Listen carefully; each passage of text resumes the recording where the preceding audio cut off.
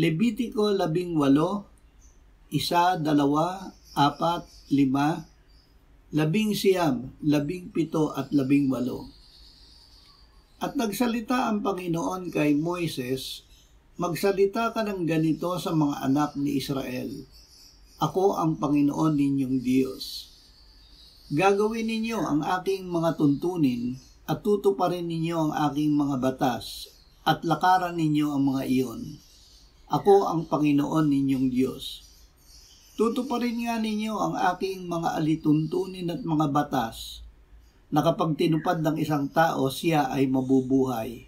Ako ang Panginoon. Huwag mong kapopuotan ang iyong kapatid sa iyong puso.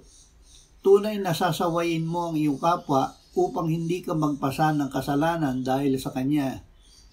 Huwag kang maghihiganti o magtatanim ng galit laban sa mga anak ng iyong bayan, kundi iibigin mo ang iyong kapwa na gaya ng sa iyong sarili. Ako ang Panginoon. Ang Diyos ay mahabagin. Ibinigay ng Diyos ang kanyang mga utos dahil siya ay mahabagin at mapagbiyaya. Hindi magagalitin at sa tapat na pag-ibig ay sagana. Kung paanong ang mga langit ay mataas kaysa lupa, ang kanyang tapat na pag-ibig sa mga natatakot sa kanya ay gayon kadakila. Ibig niya na tayo ay maging mahabagin gaya niya sa mahihirap, sa ating kapwa at kahit na sa ating kaaway.